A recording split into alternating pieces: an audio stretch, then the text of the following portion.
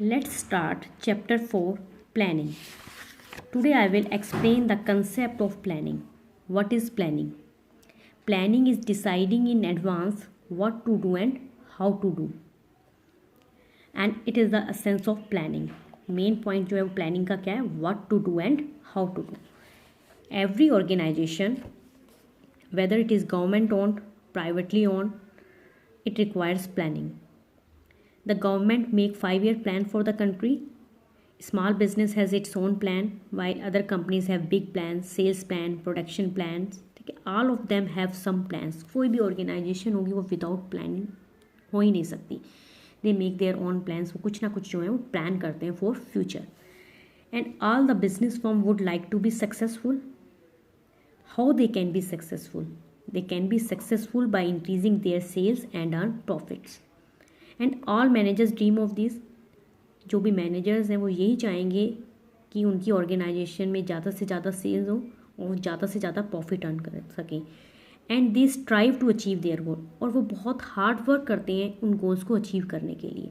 But how these dreams can be turn into reality. वो reality में कैसे convert होंगे? By planning. जब वो डिसाइड करेंगे एडवांस में what to do and how to do, हमें क्या करना है और कैसे करना है, तभी वो अपने जो ड्रीम्स हैं उनको रियलिटी में कन्वर्ट कर सकते हैं. And planning is one of the basic managerial function. We have 5 functions in management: planning, organising, staffing, directing and controlling. And it is one of the basic managerial. सबसे पहले जो managers हैं वो क्या परफॉर्म करते हैं? Planning. Planning is closely connected with creativity and innovation. It requires creativity and innovation. And planning is what managers at all levels, हर एक लेवल पे मैनेजर्स, चाहे वो टॉप लेवल पे हो, मिडल लेवल पे हो या लोअर लेवल पे हो, they are engaged in planning. वो प्लानिंग कर रहे हैं. प्लानिंग इन्वॉल्व्स, प्लानिंग में क्या है? ऑब्जेक्टिव्स को सेट करना है and developing appropriate course of action to achieve those objectives. और उन ऑब्जेक्टिव्स को कैसे अचीव किया जाए उसके लिए वो एक एप्रोप्रिएट कोर्स ऑफ एक्शन भी जो है वो डेवलप कर रहे हैं. फॉर एग्ज़ाम्पल, एक फर्म है एंड वो अपने प्रॉफिट्स को इंक्रीज़ करना चाहती हैं 20%.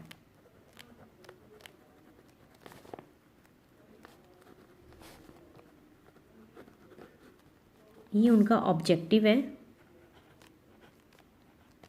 What is the objective of the firm? The objective of firm is to increase its profits by 20% within a year.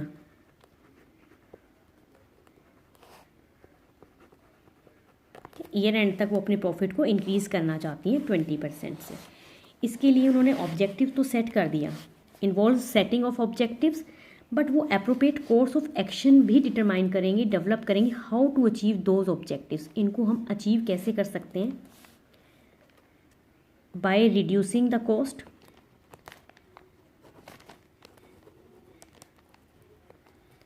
अगर हम कॉस्ट ऑफ प्रोडक्शन को रिड्यूस कर दें, प्रोडक्ट की प्राइस रिड्यूस हो जाएगी. प्राइस के रिड्यूस होने से क्या होगा? डिमांड बढ़ेगी, सेल बढ़ेंगी एंड प्रॉफिट्स जो है वो इंक्रीज हो जाएंगे. First alternative. सेकंड अल्टरनेटिव क्या हो सकता है? Aggressive advertising.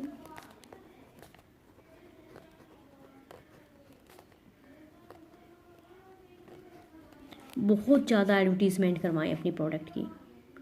जिन लोगों को नहीं भी पता प्रोडक्ट्स के बारे में वो देखें, सुने भाई कि क्या प्रोडक्ट है, उसको एकदम से तो डिमांड इंक्रीज़ होगी और डिमांड इंक्रीज़ होने से क्या होगा? प्रॉफिट जो है वो इंक्रीज़ हो सकते हैं.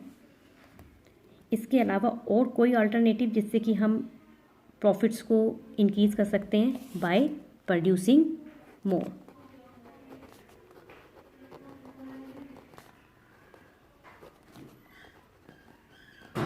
ज़्यादा यूनिट्स प्रोड्यूस कर दो. ज़्यादा यूनिट्स प्रोड्यूस करने से क्या होगा? ज़्यादा प्रोडक्ट हमारा मार्केट में जाएगा और ज़्यादा जाएगा, ज़्यादा सेल होगी और ज़्यादा प्रॉफिट होगी.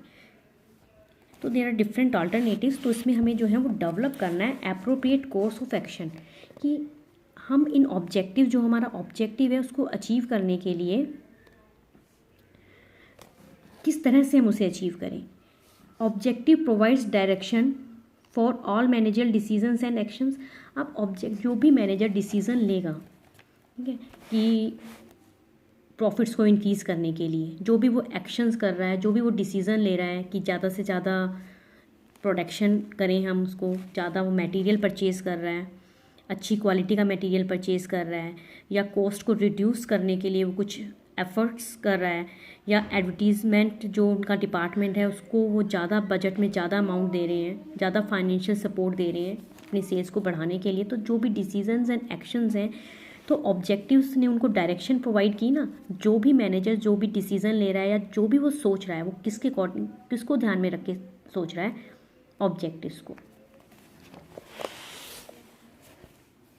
प्लान इज़ डेवलप, जो भी हमने प्लान डेवलप की है वो एक पर्टिकुलर टाइम फ्रेम के लिए होनी चाहिए। जैसे यहाँ पर हमने 1 ईयर के लिए हमारा ऑब्जेक्टिव था कि हमने 1 ईयर में अपनी इंक्रीज़ करना है प्रॉफिट को 20% से।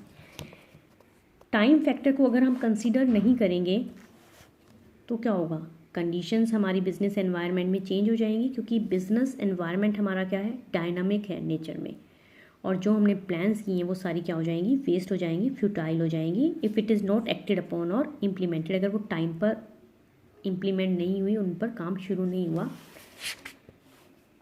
तो हम प्लानिंग को डिफाइन कर सकते हैं, setting the objectives for a given time. हम ऑब्जेक्टिव्स सेट करेंगे फॉर ए पर्टिकुलर टाइम के लिए, पीरियड के लिए।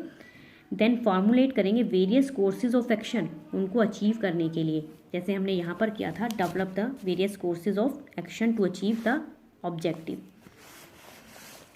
एंड देन उसमें से हम बेस्ट जो हमें लगेगा उसको हम चूज़ कर लेंगे। अब हम इसमें से बेस्ट हमें कौन सा लग रहा है कि हम जो है कॉस्ट को रिड्यूस करें, ज़्यादा एडवर्टीज़मेंट में करें, या ज़्यादा जो है प्रोड्यूस करें। आई थिंक कॉस्ट को रिड्यूस कर दिया जाए, दैट इज़ बेटर वन।